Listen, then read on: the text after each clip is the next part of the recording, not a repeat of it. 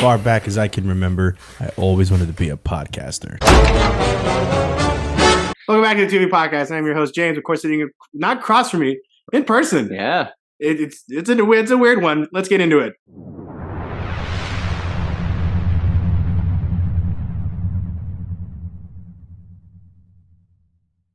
Yeah. This isn't even a test. We're doing this? No, that was it. That was the intro. Oh, okay. Yeah. So we're recording in person. The way we have it originally is not that great. So we're winging it.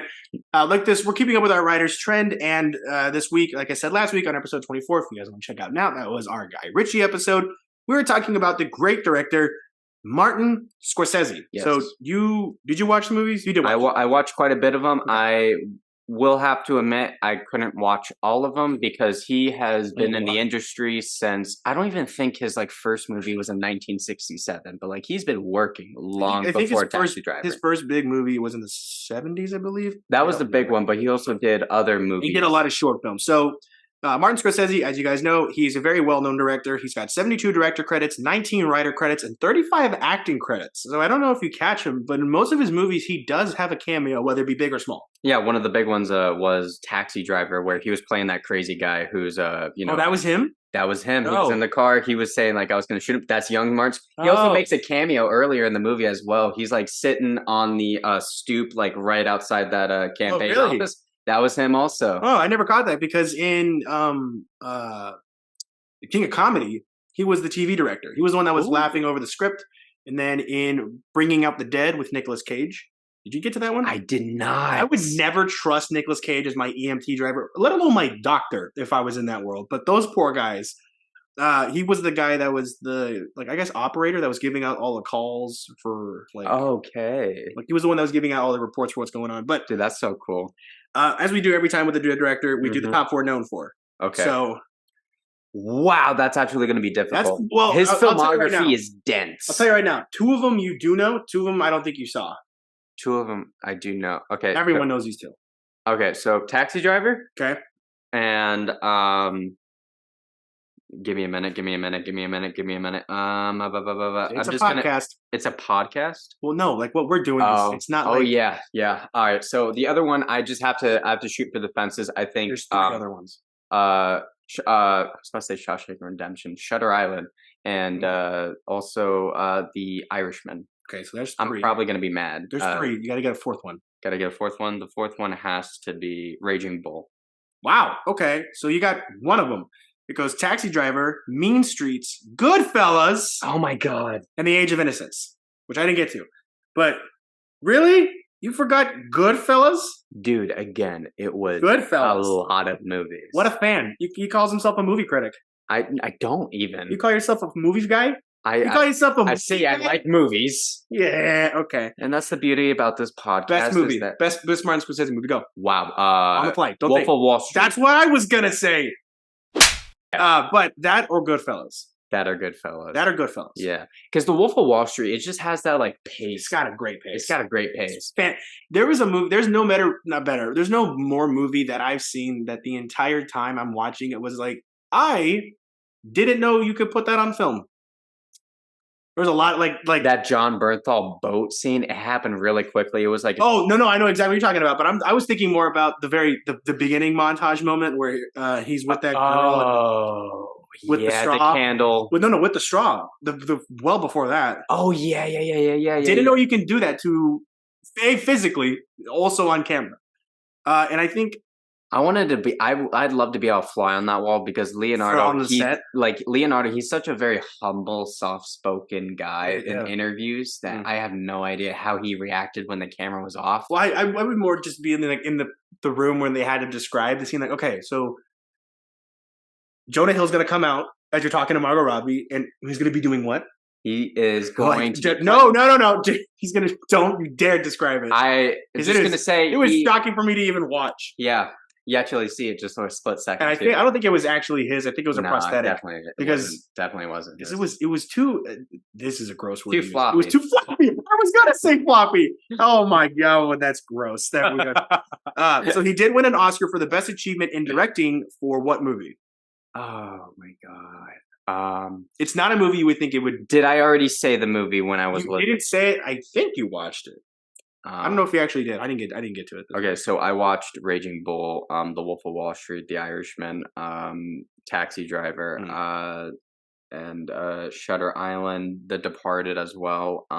Okay, so it's one of those. It's one of those. Yeah. Taxi Driver, The Departed.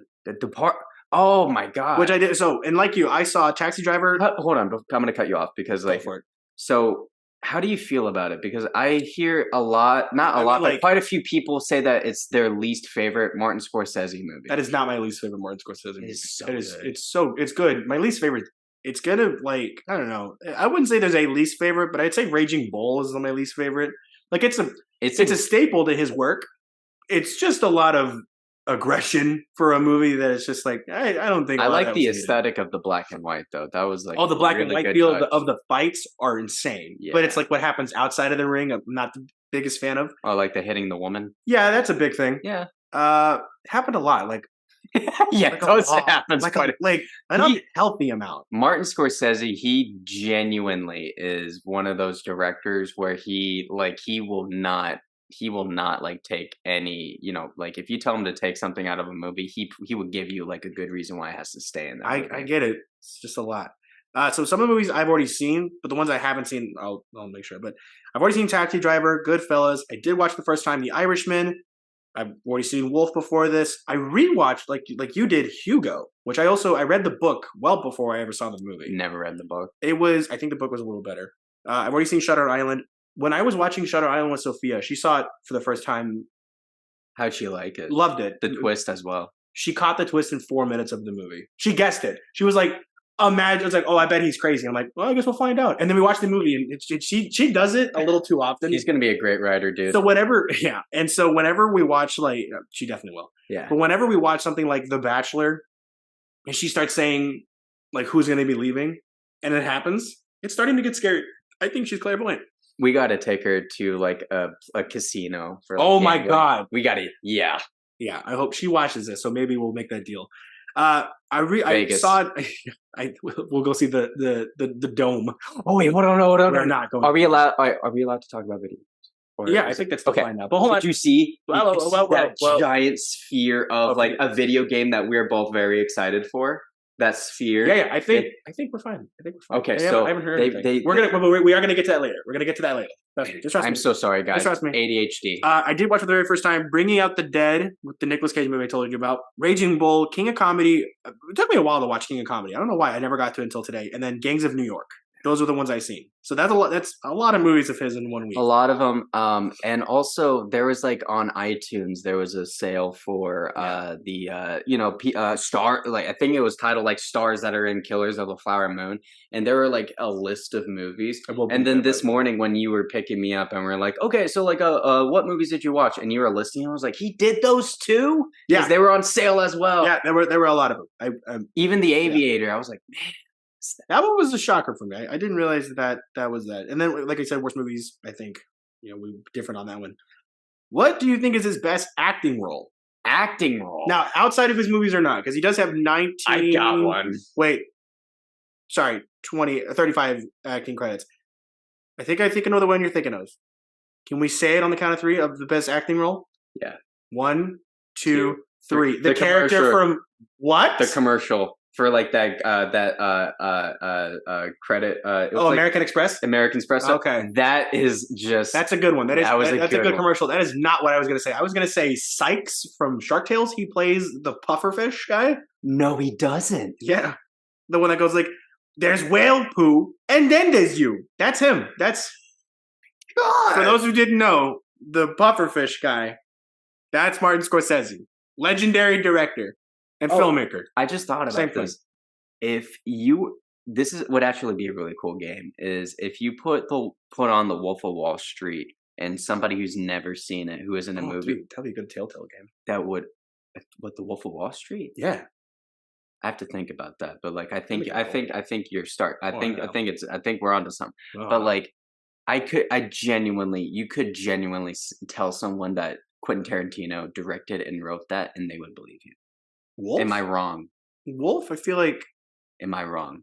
I wouldn't say you're wrong in the sense where Tarantino does take a lot of things in history and kind of rewrites it, but the lack of violence, I think, would have been the giveaway. Yeah, that is also Because it's fun, Cheryl. Get it? Best one-liner from a director in an interview, dude. ever. He just wouldn't not interrupt him.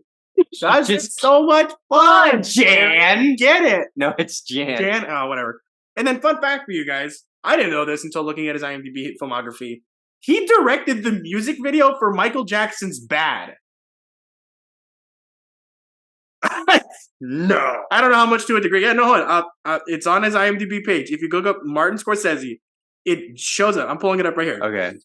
It's gonna take a second, but if you look up director and then if you go on the search page, Michael Jackson #1s, and then the video's greatest hits, and Michael Jackson's "Bad" music video, 1987, 18 minutes. That is crazy. That is insane, dude. He's been. Can you imagine?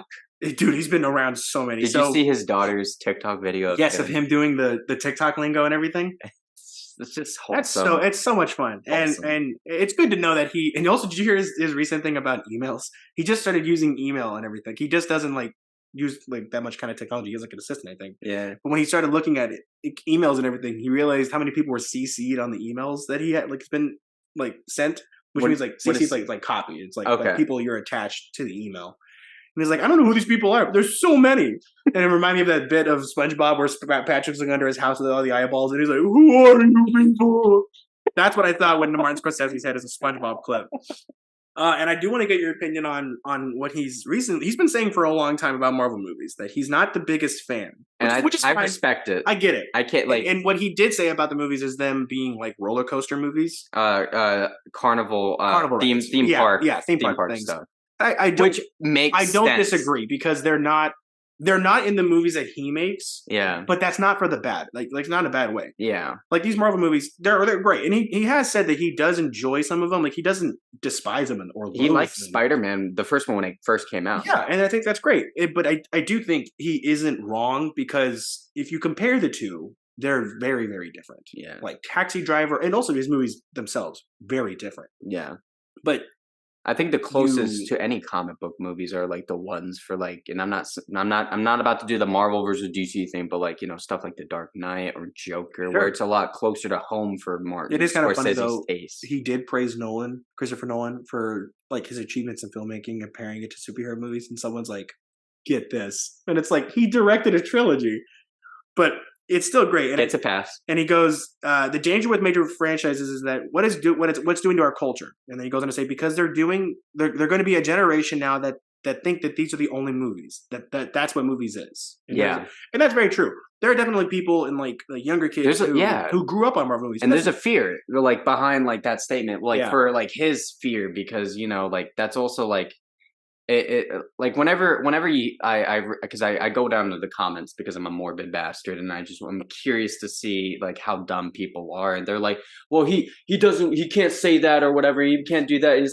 also you get their point, because there's two sides to the argument. One's for the fans like us that are we're fans of the genre, we like comic books, we like seeing them on screen. Yeah. But also there's that from paper to screen, it's amazing. That's why with any Disney Plus show, I'm satisfied, because I'm satisfied in the way where it's great, we got to see She-Hulk on screen. We got to see She-Hulk. Why did you have to use that example? Just shut up. We got to see She-Hulk work with Daredevil. We got to see her with Leap. That was a good episode. We got to see her with Titania. We got to see all these different villains. Titania sucked. Listen, as bad as the show was done, not in great taste. Mm-hmm. Definitely not in the way that I thought the show was going to be going. Not to say it was a horrible, god-awful show. Burn. That's The Weeknd's The Idol. That is a god-forbidden show. I will never watch. You will catch me dead in the ground before I watch it. Do you know that's Johnny Depp's kid? The girl? The girl. Really? Yeah. Never would have thought. I didn't catch that. I feel like that's right. Am I right, guys? We have the internet. Yeah. Either way. She-Hulk and everything wasn't the perfect show. But at least I got to see something that's I can physically see this. That is She-Hulk working with the Hulk, talking to Abomination, sleeping with Daredevil, fighting Titania, interacting with Leapfrog, all these different characters that were only exclusively on tangible paper. So as great as it is to see that, I understand the quality has not been the greatest, which is, like I said last episode, you guys can check out now, they've been doing a complete rehaul of what they're doing as a show. And I think Martin Scorsese said it best when like he put the roller coasters, but you were saying about because there's one side of the argument where like the fans like you and I'm going to use you as an example. Okay. So She-Hulk was not my cup of tea, but your entire thing is that I'm a fan. I want to see these on the screen. Yeah. I'm rooting for this team because I want them to succeed. But also with Martin Scorsese, there's a fear to it because of the market. The market is being flooded with superheroes to the point where well, they make something like The Flash. They make something like Flash, and then you see quality of it decline. There is movies like The Flash. There are movies where you guys are not going to let me down on this one, and it's recorded as well. That is my number one. It is the funniest. That movie broke me. That movie was your number one summer hit. Episode 17 or whatever, summer hits 2023. This man said The Flash was going to be the number one movie of the year. No. I said it was my number one. Whatever. Okay, my number one is The Flash. Just hear me out from my perspective. Okay, so I really need the DC universe to be good. This is all I have. You gotta give me this. I need this. I need this movie to be good. On a serious note, this movie actually genuinely looks good. It's shot well. Michael Keaton back as Batman. It looks like it doesn't. It looks so good. Supergirl looks amazing. Her costume is incredible. Undoubtedly, I feel like the stakes of this movie are gonna be exceptionally high. It feels like this is respecting the past, but also embracing a new future. You still gave it high praise. You're like, I think it's gonna be a world. But you also saw me break down as well, where I'm exhausted. I'm like, I need this to succeed. You took I just need DC for a win. But the quality of it, because there are movies that have come out decades ago that look a lot better, like the Pirates movies with Davy Jones. Pirates movies, or hell, even Iron Man. Bad example because it's not a great movie, but The Amazing Spider-Man 2. Honestly, I saw a tweet that said, it's insane how they cooked everything except the story. We gotta get back to Martin Scorsese. Oh my god, yeah. But we're still on the point because of his comments. And I respect him. I respect his views, and I can't. It's one of those things where it's he's been in the industry for all his life. Mm-hmm. He gets a pass to say that because he's been in the kitchen. He's been the cook as well. He's been to these red carpets. He's met these talented people. And we're just dumb nerds that are just being like, you for disagreeing with my opinion. It's well, there's people out there. There's merit to the opinion. Yes, there is merit to the opinion, and I think well said. Thank you. And I think with Martin Scorsese doing 50 years of movies, that's a long dude. He's been around since 1967. He's been Sorry, you're talking about not his age. Martin Scorsese, since as a filmmaker, he's been around that long. Yeah, and he definitely has sway, I think, in his conversations because he's been through the evolution of newer movies. He's seen the industry change. Absolutely. I'm not saying he was there from the very beginning of no sound to sound, but I don't know how old he is, but he went from using only film to then going digital, and then from digital to IMAX, and then Dolby, and he also switches it up. We were talking about this morning. Does, he switches it, and I think having him not tell the same story twice is really cool. Except for the gangster mafia stories. He's definitely got a favorite genre. He's got a favorite genre, but the way it's done is never the same. Gangs of New York, kind of going through bits of, and a lot of the stuff he also does is inspired by true events. Like Raging Bull, The Wolf of Wall Street, Irishman, and then his most recent one, which we're not going to.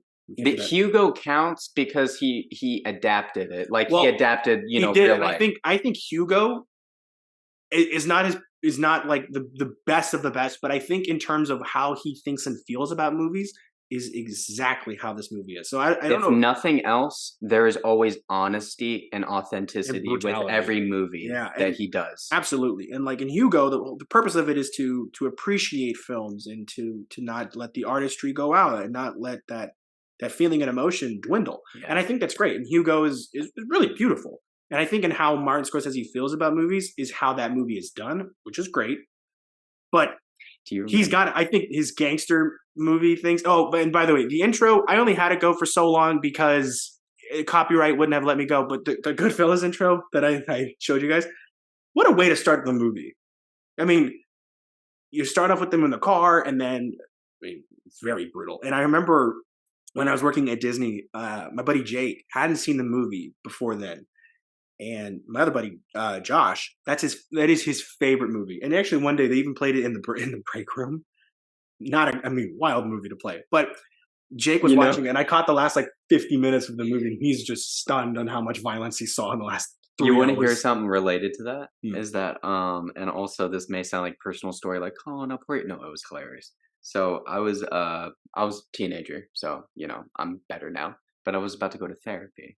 And before I was going to go to therapy, I was genuinely scared when you said I was a teenager. I didn't know where you were going to go with that sentence. Uncle Frank. It was. I like that reaction. I like getting it out of you. I just say. So we were about to go to therapy. I was going to go with my brother, my mom, and at the time my stepdad. And I was now just getting into I was now just I was trying to be a filmography kind of guy, or just being one of those snobby, I'm gonna watch the most pretentious one kind of films. Hereditary was not that, but Hereditary was on, and you've seen it, right? What do you think? Yeah. So he there's this really intense argument scene in the kitchen. Yeah, where Tony Collette and that scene was playing right before we're about to walk out the door, and my brother comes in and. He comes in, he's like, "The are you watching?" That's a very hard scene to watch. I haven't seen the movie, as you know. It was weird. I was not expecting that, because literally, it was on film watching this, and we're gonna have to repeat that back in the office. Okay. Come on to Martin Scorsese. So Martin Scorsese. I think I think it was Guillermo del Toro that recently said, when are we going to do that filmography? He's coming up soon. Don't worry. Sweet.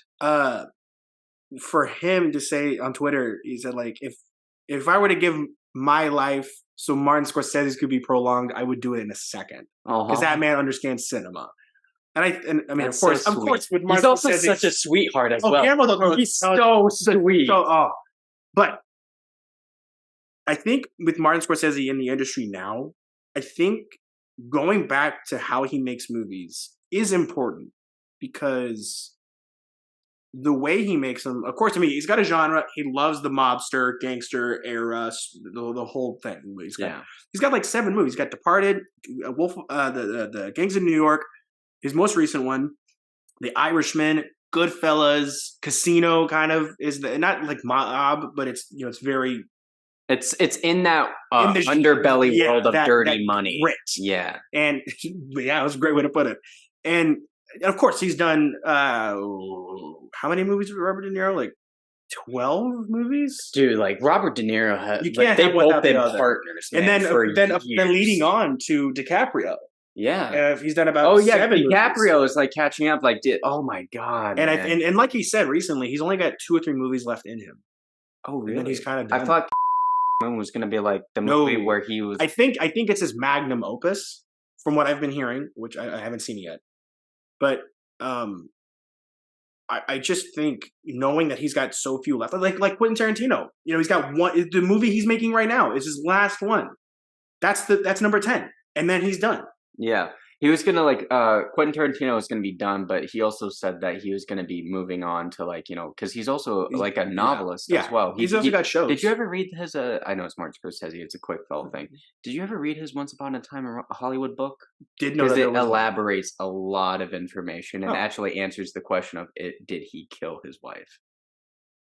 Don't answer that. Actually, I'm not. I want to see if people on the podcast have read. So if you guys have read it, let us know. It's really cool. Yeah, I probably should look into it. But I really hope even if let's say hypothetically his last movie, I'd be okay with it. I would be. I haven't seen it yet. He's earned the I think retirement. he's more than earned the retirement. And But I'm not saying that as in like get him out of there. I mean, no, I like, know, but he's worked it's hard. He's done 50 years in this industry.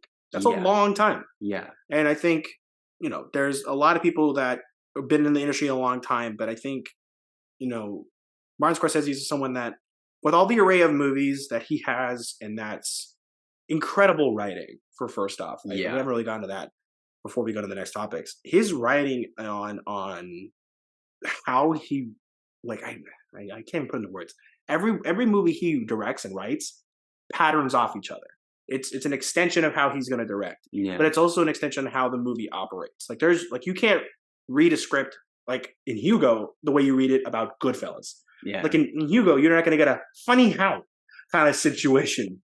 And I think the way he writes it is it's an almost an epic, not in a way. Epic's probably the wrong word, but it's a cautionary tale where it's so long that you have to focus on the details of how it's happening because it's a progression of human. That's why it's so long. I think I sent you guys the TikTok of the other podcast guys that have the craziest takes. I didn't see that one particularly. But it was saying like Martin Scorsese movies are movies that like go into DMV and stuff like that. Like it was very obvious. Oh, what? But again, it's not for everyone, and I get it. I'm not going to bash on them for having an opinion. It's just I was not expecting to hear that. I was not expecting that. That's what took me out. That is crazy. But I think it's like if you love only one genre, that's fine. It's how you're going to roll. But don't ignore what he has done because the way he has written, because the way he writes has progressively gotten better with every movie. I firmly think that the way he writes has more emotion each time.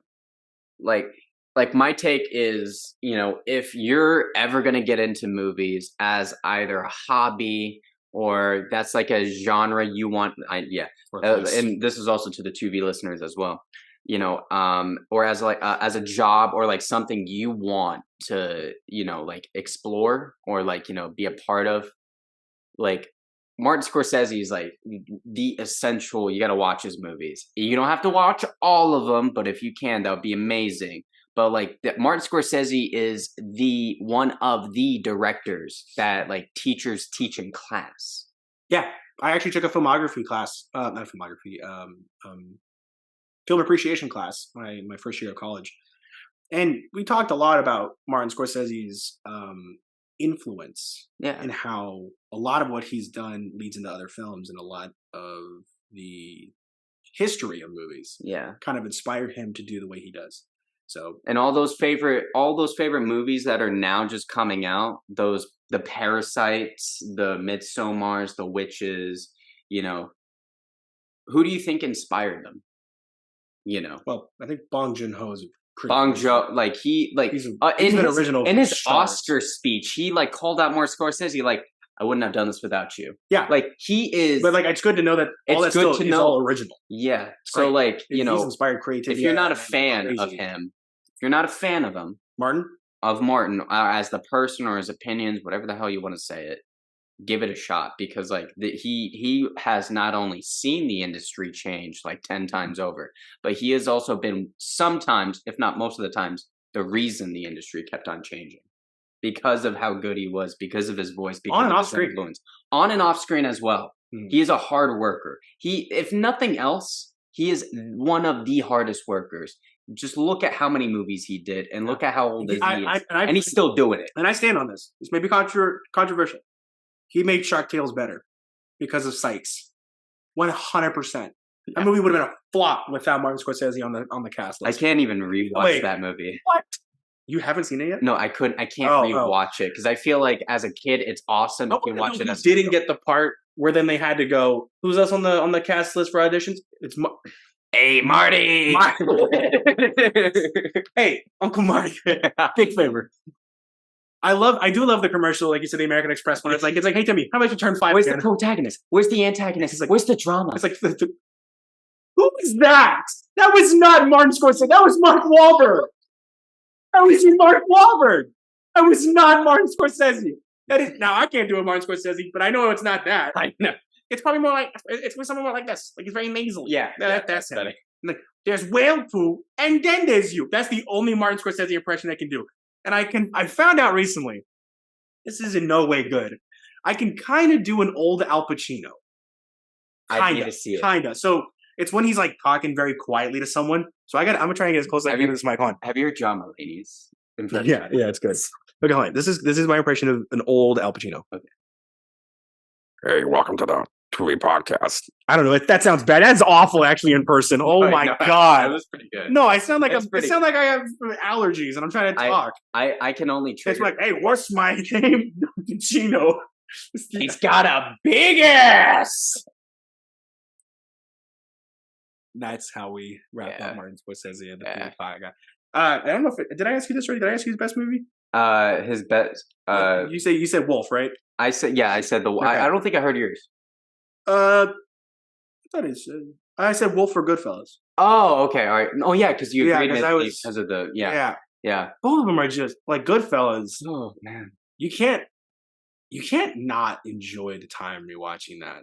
Like that is, I mean, it's like I said, it's a hard movie, but it's such a that's a perfect mob movie. I think, like being in the mob and how it affect you. I think my favorite gangster movie, and it's not Martin Scorsese related, is Reservoir Dogs. Okay, I swear to God, Dark Tale. No, I thought you were gonna say Pain and Gain. I really thought you were gonna say Pain and Gain. And Dude, that movie is just that movie. it's changed my life in all the right ways. That changed my life. That movie. I can deal with this impotence, but I can't deal with your competence. What the? So was that your Martin Scorsese or was that your Mark Wahlberg? I can't tell. Oh no, that wasn't it. I don't even know if there's like a. That was actually but that was Mark Wahlberg. That was a really good Mark Wahlberg. It was just now. Yeah. Oh yeah. Thank you. You're welcome. Thank you. Yeah. Thank you. Martin Scorsese, again, he's got 72 director, 19 writer. I forgot to write which ones he wrote, but I think he did write King of Comedy, which, as you guys probably guess, inspired your favorite movie of all time, The Joker. Yeah. One of it's on my Mount Rushmore. It's on his and I think that one tells like both the what's the cautionary tale of being famous, but also like the psychology of that when you praise someone that high. Yeah, and also the power of kindness as well, which is what Todd Phillips said was like, you know, if any message is to come out of like the Joker movie, it's how the power of kindness can really change someone. What was kind in that movie? He kidnapped the dude. Oh, I was talking about Joker. I'm sorry, we were on two different pages. Yeah, I was thinking like, he kidnapped the man and then went to prison. I thought we were still talking about King of Joker. Comedy, though, right? Yeah, talking. At the end of the movie, it's in his mind, right? Like, there's no way he got out of prison in 2 years from a 7-year sentence. That's in his mind. Yeah, no, he was very. Yeah, no, he was. That's all Oh, in his mind. What was his name? Rupert Pupkin. Yeah. I also love Martin Scorsese's names in movies as well. Travis Bickle, Robert Pumpkin. Rupert Pumpkin. Sorry. And then you got, well, of course, you got the true story ones. And, dude, also, and this might be the last, like, do you want to do the King of Comedy line to end out the... We'll probably end it with that. Yeah, all right. You want to... No, end it. End it with it? Not this bit, the whole episode. No, I know, yeah. You want to do it now? No, we're not ending the episode. Oh, shit. There's more things to talk about. I'm sorry. I thought you said earlier that we're wrapping up. I was like, wow, that's really fast. Scorsese, we got to get on the other topics. Oh, okay. Sorry, guys. Why do I feel like they're going to respond to me to be like, it's okay, Colin. Yes. Okay, Colin. Oh my God. I am both caffeinated, but also coming down from the caffeine as well. Okay. To switch topics, I want to go over the SAG-AFTRA update. Okay. Huge stuff that's gone on. And this is for the actors, right? Yeah. So SAG-AFTRA that was cool. SAG-AFTRA are the actors, and recently there's been a big low and now a better up. So. And the big low was that they met. You'll see. I'll go over it. Okay. So today is day 101, as of this recording, day 101 of the strikes. So they've made it over 100. They're still going strong. But for a while, there was no update since the AMPTP left. So if you guys didn't watch our last video, go watch it. It explains into detail what happened. But essentially, AMPTP gave them less deal than what they gave them before the strikes even happened, which then caused them to go strikes. The SAG-AFTRA gave them their deal, and AMPTP just walked, and they said, we're not negotiating anymore. Like, we're done. So that was just all sorts of wrong. Mm-hmm. But during this week, Clark Gregg who you know as Phil Coulson from the Agents of S.H.I.E.L.D. Avengers movie, was in Washington to discuss with Congress, I think, over the No Fakes Act, which is also what I go over in our last episode. So you guys can go check that out. Could you also just refresh me on that? I gotcha. It's essentially the overall bill of saying no AI people. Don't scan them. It's not happening. Like taking their likeliness, the thing that they're striking for. Oh. So then, as well as also a group of A-list actors. I like how he like labeled it as well, like the no fake. That's what the title of the act is. Regardless, I love it. That's what they came up with. So then, as we talked earlier about this, a group of A-list actors, including George Clooney, Ben Affleck, Emma Stone, and Tyler Perry, and Scarlett Johansson, proposed a $150 million deal to SAG-AFTRA. They proposed also a residual formula where the lowest names on the call sheet who need the most money, who need the money most, be paid first. And in this $150 million deal would span 3 years, including A-list actors defraying or providing the money to the cost of the AMPTP signatories, the party that signs the agreement, by eliminating the cap on membership dues to be used to bolster health benefits and other areas that SAG-AFTRA is trying to shore up. So they're trying to like put their own money in to help with the healthcare and everything else that the AMPTP helps provide. Yeah, which is great. But afterwards, SAG-AFTRA leader Fran Drescher, I hope I'm saying that last name right. She was from the TV show The Nanny Named Fran. She's the president. Never seen it, but she's the president of SAG-AFTRA, I believe. Explains that they appreciate the A-list actors offer, but explains that legally contributions that can go to our pension and health funds must be from the employer. So what they're fighting for in terms of benefits has to remain in the contract. So overall, it's a good idea that the A-list actors are trying to step in and help provide as much as they can. Yeah, because like help the actors that need the money the most. Because less than 12% of all actors made health care requirements. That's what I remember hearing like long ago. Only 12% of them, maybe that, made requirements for having health care, which is insane. I don't even know what 12% of actors are on that list, but I mean, quite a few, since that there's a lot of faces in the industry. Yeah, but that's like 12% is not a high number. Yeah. So SAG-AFTRA then came out either, I think yesterday, to say that, yesterday being Saturday, that they're meeting with the AMPTP this Tuesday, the 24th. So the day before this comes out, on Wednesday, they're going to be meeting with AMPTP again over negotiations. So they've got them back to the table, as well as some other members are going to be joining in too.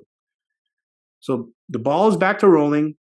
We hope that the deal goes through because SAG it's gone 100 days, man. I mean, I know WGA went 145 from when the deal went through, 148 when signed, and then longer than that before they actually ratified it. But still, yeah, like they were back to work and everything, which is great. And WGA really worked hard. And also WGA members are striking with SAG-AFTRA. Those who can make it, they're going to show support like SAG-AFTRA did, which is great. But damn, dude. I just want to go up to those meetings, talk to the heads of all the monies, just show them a behind the scenes picture of like just being like, this is what you're preventing us from having. Yeah, that was a pretty big update. Like that's canceled. That's not canceled. It's delayed. It's delayed. Yeah, delayed. Big movies got delayed. I'm not gonna say what, but I'm just I honestly like I am pretty ignorant when it comes to not ignorant, but like not knowledgeable. No, no. Oh, I thought you meant. I thought not knowledgeable. No, I'm not knowledgeable about the whole entire like strike thing. That's fine. That's what you got us. The other day, I did see like a comment that really annoyed me. And it was this guy in the comments. They were talking about the SAG strikes, and he was like, "Oh, they're just copying the writers' strikes." And when I read that, I'm like, I opened the replies, what? And then I was so happy when everybody was attacking him. I'm like, good, get him. You see that Marlon Wayans? Boo this man! Boo him! You're my friend. Oh shit! I had a hat I could have thrown the entire time. Is it too late? Yeah. It's very too late. Yeah. You probably break the mic. But I'm just I'm really happy that it's because the only thing about this is like one, I care about like these actors. These have been like my heroes since growing up. If you put it into perspective like that, these are kind of like long distance friends that you want them to see like thrive and succeed and have like a healthier industry. Yeah, and these people gave me the platform to make this podcast. Like they inspired us. Well, the hard workers at the WGA physically put in the effort for these stories. So they deserve all the absolute care they need. Absolutely. These actors who help do these things. Like, one of the best bloopers I've ever seen is from The Big Bang Theory, despite what you care about that show. But the guy that plays Sheldon Cooper, Forget his name. yeah, I forgot his name too. Crap. This is really on. We're bad with names, well, but we'll take the time to Jim look it up. Parsons. Jim Parsons. Jim Parsons stopped a take because he got one word wrong and wanted to make sure he said everything word for word because the writers explicitly wrote those words. That is so cool. Yeah, it was really cool. He was like, is it this or this? He was like, well, they wrote these words. It's like, I want to say these words that they wrote. And it's like, that's cool. So I think having the appreciation for both actors and everything is great. But AMPTP needs to get their act together. Like, come on. Yeah. And I go into detail what was the last deal was, so you guys can go check it out in episode 24. But it's sad to see it go on Those this long. ATP people need to buy another yacht. Yeah. But I go into detail of the last episode, but it's really sad to see it go on this long. But it's also it's also so great because SAG-AFTRA is not giving up. So they go as long as they need to in terms of to fight for it, but it shouldn't be this long. They hit it triple digits. They did, and it shouldn't have because the AMPTP should have been more lenient and more understanding instead of just stubborn. Going on from that, you've been waiting for this. Okay. Your one-worded sentence for Spider-Man 2, PS5. The game is out now. You just got it. It's been out for 2 days. It's going to be out for 5 days when this episode goes out. Your one-worded sentence for those who play. I don't have a PS5. So. Yeah, I'd say that one sentence. Playing as Spider-Man, you truly feel the exaggerated sweat.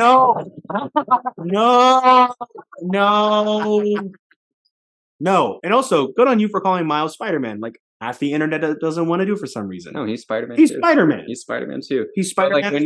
But when you're talking, I like how I can't say this. No, I'm gonna say this part off camera because I don't want to spoil the game. I just want to know that I don't want to spoil the dialogue for some people. No, I'm not gonna. Not now. We'll do it later. Man, I was curious. Anyway, you could be curious. So my first, my one sentence is, I've played every, if not all, Spider-Man games, but this one is the gold standard of what it should feel like to play as Spider-Man. Yeah. Okay, that's good. And Yuri Lowenthal, who voices Peter Parker, he has now become my favorite Spider-Man. He's truly great, but he recently came out and said for the third game he wants to see Nolan North come back and play Deadpool to have Spider-Pool in the game. It was just something he would want. That would be cool because there's awesome. Because there's already, so you can play as Deadpool. Yeah, and there's already a suit in the game that hints at the future of Insomniac games. And yeah, they also got another game that's coming out they're working on. So imagine how that's going to look, knowing how this game is. Dude, my temperature gauge of Insomniac games, because they've never missed, is that if they can successfully... They did Ratchet and Clank, didn't they? They did Ratchet and Clank. Every single one of them. Games. My temperature gauge of knowing that if the Marvel Universe is safe in Insomniac's hands is because they already killed it with Spider-Man. But if they can kill it with Wolverine, then you would know for certain. Yeah. Know for certain. You should have done the Avengers game. That not only that, because we're not going to talk about that. Well, because we talked about it earlier, saying that the Marvel's Guardians of the Galaxy game came afterwards, which I think the reason why they didn't get enough sales, because that game is great. The Guardians of the Galaxy game by Square Enix is truly fantastic. Go play it. Don't be a wimp. Yeah. But if they kill it with Marvel's Wolverine, dude, then what can't they do? Because there's already a hint. It'd be great for a Deadpool game just by itself. Oh, dude, a Deadpool game with Wolverine and Spider-Man. Deadpool Wolverine X-Force game. Yes. What was that? I did a 360. I don't know if they saw that, but I have honestly never see you both spin and jump at the same time. I didn't know you were physically capable of doing that. Me neither. I'm in a lot of piggybacking from, I saw that your knees. I'm in a lot. Piggybacking on Spider-Man 4, there's some news that came out of it. So it's not happening. Not Tom Holland's. This is what would have been Toby's. Spider-Man would have, of course, introduced many villains like Mysterio and Vulture. Yes, but they also would have. Well, Mysterio was just going to be a cameo. Still, with I know. With Bruce Campbell. I just wanted to make that clear. So that Bruce Campbell's Mysterio was a freaking. They robbed us, and Vulture as well as the vigilante Black Cat. Vulture. This is what came out. Vulture would have been casted as Vulture would have been John Malkovich. Yeah. And Black Cat would have been Anne Hathaway. Yeah. You didn't know this? No. This is not This is not old? This is not new? This is not new information. Oh my God. Oh, I found this is new for me. I didn't think she did Catwoman. Yeah, so yeah. In the movie, it was going to later be Peter was going to kill Vulture. Ooh. Actually kill it. Well, unintentionally. I mean, like Sure. he wasn't, but like, you know, it was going to be one of those things where like he probably shot the wings and then like the Vulture fell to his death or something. But it was going to be revealed that Black Cat was actually going to be the daughter of Vulture, and she was going to be late in the movie. She was going to turn into Vultress. She was going to go from Black Cat to Vultress, taking on the mantle of her father. Wow. Yeah, and there was also storyboards as well of the Spider-Man where you could also see like Bruce Campbell, you know, his helmet falls off. Yeah. And then it's like, oh, so it wasn't just a cameo. It's just like him picking up new gigs, probably being an actor. There was 3 different roles he played in Spider-Man. He went from the restaurant guy, the ticket guy for the show, and then the wrestle announcer. Dude, you want to hear something crazy? And I just now thought of this. What? Is that, so like, you know how like Sam Raimi and Bruce Campbell, they were like childhood friends? Yeah. Best buds. Bruce Campbell is the first person to be on screen, the first person to say the words "The Amazing Spider-Man." He introduced Peter as Spider-Man. He got to be like on the big screen say "The Amazing Spider-Man." He was the first. It's such an honor. Like your best friend. Like it's crazy. I want to do that for you one day. Thank you. Something kind of you'd find funny. This is wild, in my opinion. A 4th grade teacher accidentally showed his students. Yeah, you read it. Did you read this? The Winnie the Pooh. So, a 4th grade teacher, I don't know where, accidentally showed his students Winnie the Pooh, Blood and Honey. That wasn't an accident. It was going on for There's 30 minutes. no way. It was going on for 30 minutes. Accidentally show that. Like, oh, this isn't Christopher Robin. To quote, he didn't stop the movie. Even though the kids were saying, hey, stop the movie. We don't want this, said one parent. That is insane. Also, imagine like going to school, like taking your kid to school, dropping him off, and then he comes back and say, "Oh yeah, we watched Kill Bill in history." Like in history, that is wild. Did you see that movie? Kill Bill or the Winnie the Pooh? No. I'm sure it was one of. I'm sure it's like one of the because it was one of those things where it's like, you know, because like Winnie the Pooh and the Grinch were now public domain. Anybody? Oh, they also have Peter Pan. They have a violent Peter Pan coming out. Oh my God. That one looks scary. Listen, you're an idiot. No. You're dumb. No, Peter Pan. Your brain is broken. Bro, Peter Pan horror movie? That can be dark. I know it can be dark, but also like it's not in the hands of talented people. I get that, but that's because I know that sounds really mean. I know because of that. That's how you know it's going to be super scary. Because these people don't have any raw movie studio talent, which is good. Because that means oversight. That could be good. That could be great. But also, we also get movies like Winnie the Pooh. It could be bad, but also it could be bad enough to be good. Like The Room. Everyone loves The Room. The movie's awful. That's true. Did you? I mean, I didn't see the Winnie the Pooh movie. I know, but also I didn't need to. I didn't need to finish the trailer to know exactly what kind of movie I was watching. We all didn't. So, what? I mean, like, what would you have done? Would you just not say anything if you were in the class? I'd leave. I don't know. It's also 4th graders. I probably hate the kids in my class so much to where if I saw them crying watching that movie, you know, I'd probably be one of those sadists. It's like, good. Complain to your mom. Let those tears out. Here's a little dose of reality, kid. Okay, yeah, that's not reality. That's scary. I don't know how to proceed from that one, man. That was rough. Okay. Last thing is that Kevin Feige was initially setting up the new trilogy, the big 3 of the MCU, to replace the roles of Captain America, Thor, and Iron Man, which is traditionally known as the big 3 in the MCU, with Black Panther to replace Cap as the head of the Avengers, Captain Marvel to replace Thor as the insanely powerful space god, and Spider-Man to replace Are they still going to keep Brie Larson? Well, hold on. Spider-Man to replace Iron Man as the quippy tech boy. Obviously, things have now changed with Marvel setting up the Young Avengers. But it's kind of cool to see that Black Panther was going to be the head of the Avengers. Yeah. That would have been rad. You could also get like a really good Illuminati team. Absolutely. And I think like you could have like you can have like political conflict in the confines of the Avengers. That, Like I think, having secret groups within groups. see, that's what I think. If they didn't do Civil War That's so a Disney early, Plus show right there. if they didn't do Civil War so early, and with Black Panther leading up to be the head of the Avengers, not like you said, political conflict could have been the Civil War reason. Like that could have been that Civil War. Oh, you could even have Instead like of it just you kinda could being even have Bucky. like Illuminati like predict like there could be a civil war. Sure, there if could be this something like that. I'm continues. just saying that I think they didn't.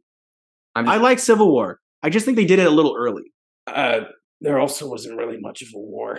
No, it was more like a civil. it was more like court.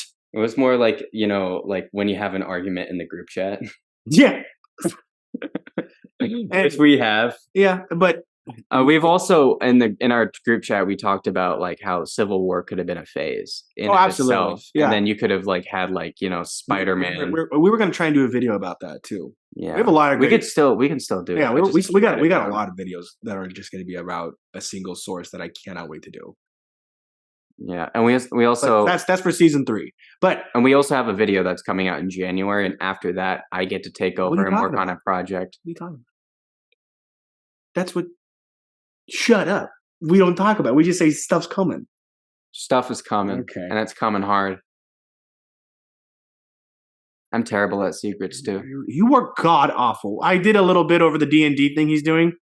He bought his own book now for the D&D thing because you couldn't wait, which is fine. But there's a lot of reading, dude. Like I told you, there's a lot of stuff. What chapter are you on now? I don't know. You just skipped over character and everything and went straight to story, didn't you? I went straight to story just so I could confidently feel like I'm writing something that It's is hard. yeah, it is very difficult. It's hard. But I also spoiled what I was gonna do by like I was doing that thing where it's like, Honey, what if I did this thing How- and then they you- were, you but spoiled it came out so like, you oh, you're spoiled obviously in the way doing like this. how a mom does the last gift on Christmas, where it's like, don't you? Is there more? What's that behind the counter? Yeah, That's how you spoil things. yeah, I do. I get very excited and jittery. It's No, like I love surprises, fine. but I also love surprising people. So that's why we're Kind of like when I told you I was going to buy you a PS5 for your birthday. you were being serious about that? Yeah, I was. I'm getting you one. Or it's going to come earlier. Who knows? Whether it's going to be Christmas first or your birthday. I cannot pay you. Well, actually, that's fair. I took you to Disney World for your birthday, so yeah. Pay up a PS5. Yeah, also, But- it was a lot of money. Why though? You're saving up to go back. We're using that. We're just off camera. Either way, I save money. and you have a job that actually makes sense. So Yeah, it's like, I'm not going to be like, we're not even talking about anything at this point. We're trying to just. well, we are talking. I know we kind of are. Either way, that was a Martin Scorsese episode. Do you have anything to add about anything we were talking about? There was one thing I thought I Go wrote down. quickly look on your phone, but also, long story short, to wrap everything up, Oh, uh, no, can't talk about that. the Martin Scorsese, talented director. His Great filmography is amazing, Yeah. and he is truly a legend and on my Mount Rushmore of directors I look at very fondly. And if